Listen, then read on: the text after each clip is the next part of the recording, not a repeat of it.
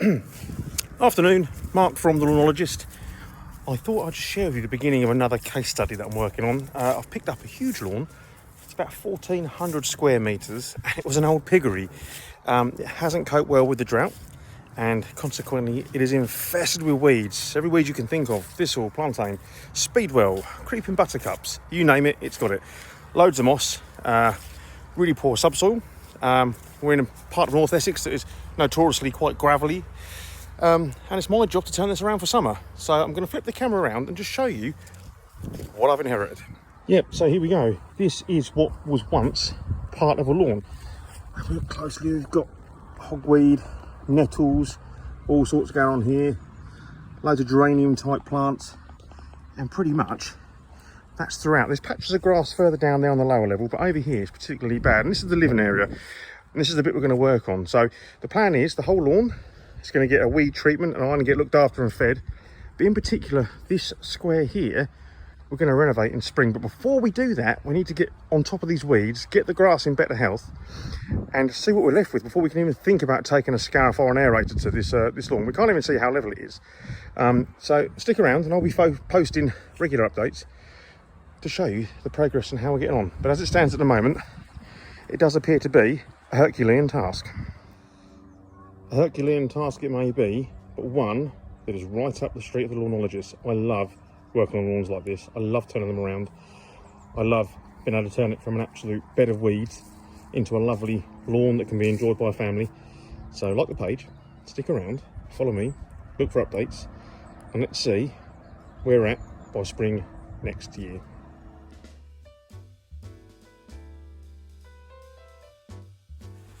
Afternoon, Mark from The Lawnologist. I'm back at my customers in North Essex. You may remember I did an update on this on the 18th of November, and this is the site of an old piggery, and it was infested with weeds, and we did a weed treatment in November. Now, that raised a few question marks with some of my lawn care colleagues and others as to why I was applying a selective herbicide in November, but let me tell you the reasoning behind it. Whether we like it or not, our climate is changing.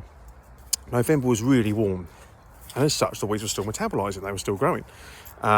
So when weeds are metabolising, they're going to be digesting a selective herbicide, and that's simply what I did. Is I put down a selective herbicide because this lawn is due a renovation in April. It was so infested with weeds that I felt it was a good idea to start stinging the weeds early on. Now I'm going to flip the camera around and show you the result, give you some before photos, and then I shall give you a little after video.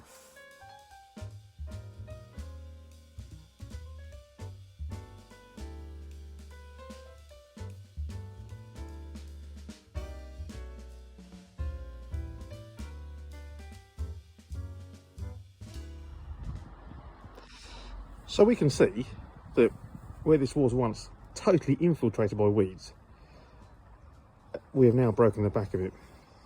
And what it means is we have to adapt our lawn care programs to suit the climate.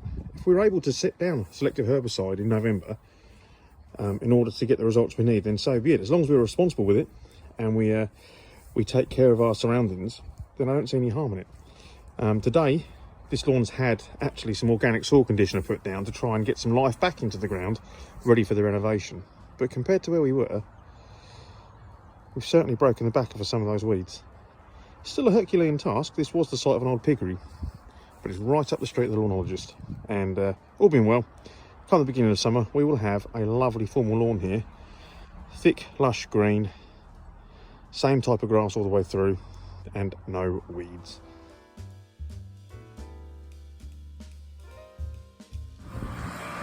Morning, morning, morning. Mark from The Lawnologist on a windy morning. I'm on site at the Old Piggery this morning, and we're going to renovate it. Some of you may remember that follow me that I did a weed control late autumn last year to clear the site of any weeds and undesirables. And today we're going to turn it all around. Now, I've got Simon with me today, a colleague that helps me now and again, and he's just blasting the morning dew off the grass so we can get it cut down to the crown. And from there on in, the renovation process will start. So stick around, have a watch, see what you think.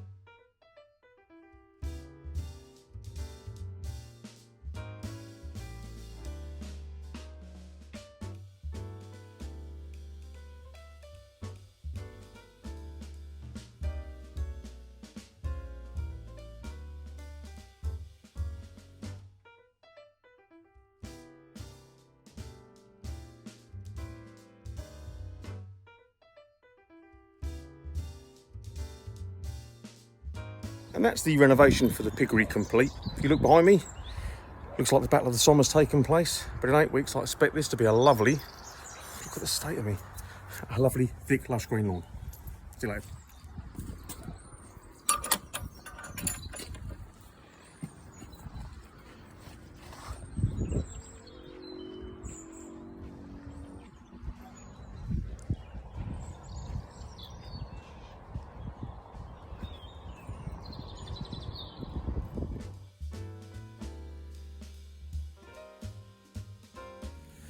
Morning, Mark from the Renologist.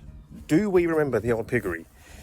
The one that we picked up last autumn that was full of weeds, that was full of moss, that was barren in patches, that we started weed killing in November because the climate was a bit abnormal and it was warm and the weeds were still metabolising.